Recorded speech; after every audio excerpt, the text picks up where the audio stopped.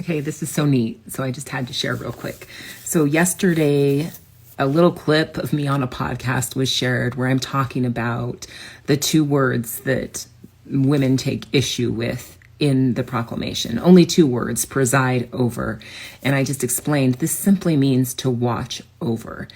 And some people agreed, some people didn't. And I started to question myself because I like to back up everything I say with scripture, but sometimes as I'm speaking, things just come to my mind and I say them and I'm like, did I say something wrong? And I asked my husband and he's like, no, I don't think you're off base. And we were on the way to the temple as we're having this discussion. So we're in the temple and sit down in the chapel area, and my husband just opens up the scriptures like he always does to kind of read as we are waiting. And he opens right up to this scripture and immediately points to it. Let me share it with you.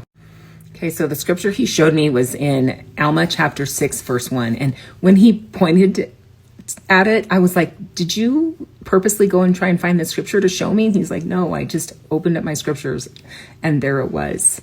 It says, he ordained priests and elders by laying on his hands according to the order of God to preside and watch over the church. And then you go to the footnote, which is D&C 5239, and it says, let the residue of the elders watch over the churches.